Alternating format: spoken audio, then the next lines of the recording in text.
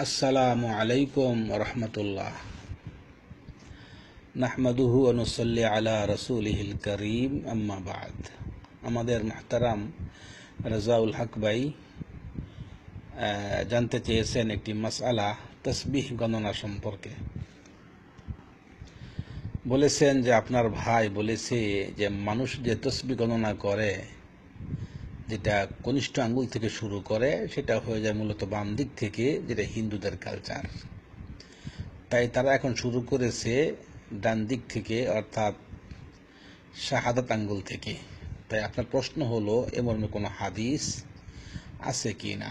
জাযাকাল্লাহু খাইরান, একটি সুন্দর প্রশ্ন। এ মর্মে বলবো যে তাসবিহ গণনার ক্ষেত্রে হাদিস যা ইঙ্গিত করে সেটা হলো যে কনিষ্ঠ আঙ্গুল থেকে শুরু করতে হবে।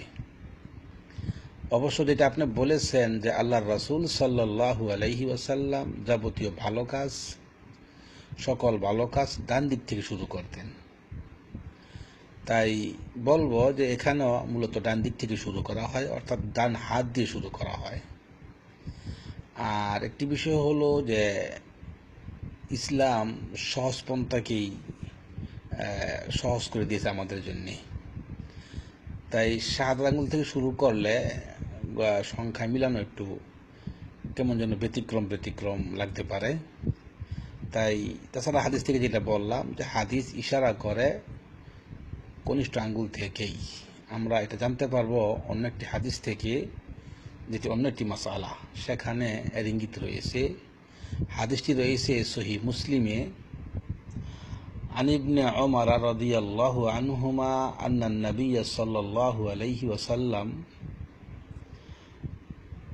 কানা ইযা ক্বাআদা লিত-তাশাহুদি ওয়াদা'a ইয়াদাহুল ইউসরা আলা রুকবাতাইহিল ইউসরা ওয়াল ইয়ুমনা আলাল ইয়ুমনা ওয়া আকাদা 53 ওয়া আশারা বিইসবা'iহি সাব্বাবা।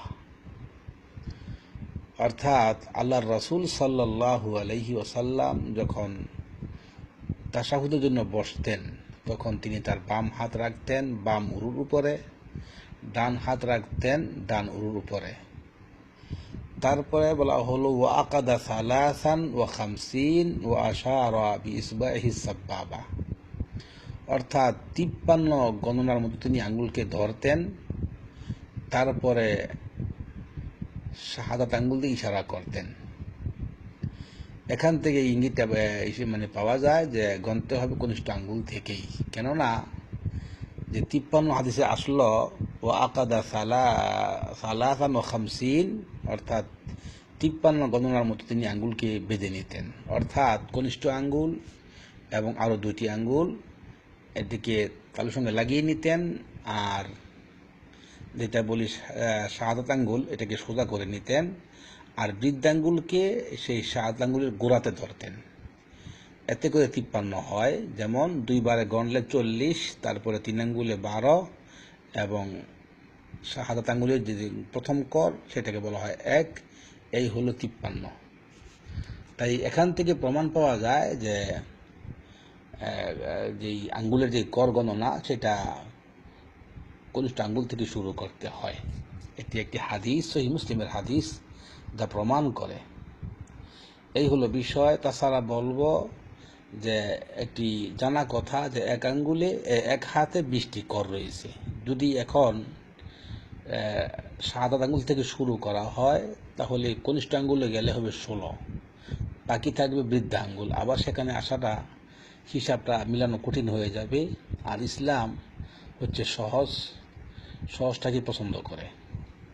তাই বলবো যে হাদিস থেকে যা পাওয়া গেল সেটা প্রমাণ করে যে গণতে হবে কনিষ্ঠ আঙ্গুল থেকেই। এখানে বিষয়টি স্পষ্ট, আসলে কোনো ব্যাখ্যার অপেক্ষা রাখে না। যেখানে বলা হলো ও আকাদা 53, যে আল্লাহর রাসূল সাল্লাল্লাহু আলাইহি ওয়াসাল্লাম 53 গণনার মতো হাতকে বেঁধে নিতেন, আঙ্গুলগুলোকে, তারপরে ইশারা করতেন সালাম ফিরানোর আগ পর্যন্ত। এই হলো বিষয়টা।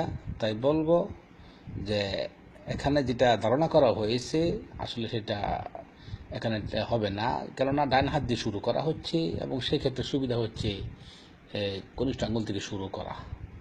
তাই বলবো যে এটা আসলে হিন্দুয়ানি কালচার নয়, এটা হচ্ছে মানুষের যে সৃষ্টিগত একটি সুবিধা, যেটা মানুষ করে আসছে এবং এর পক্ষে দলিল রয়েছে, যেটা বললাম সহি মুসলিম থেকে।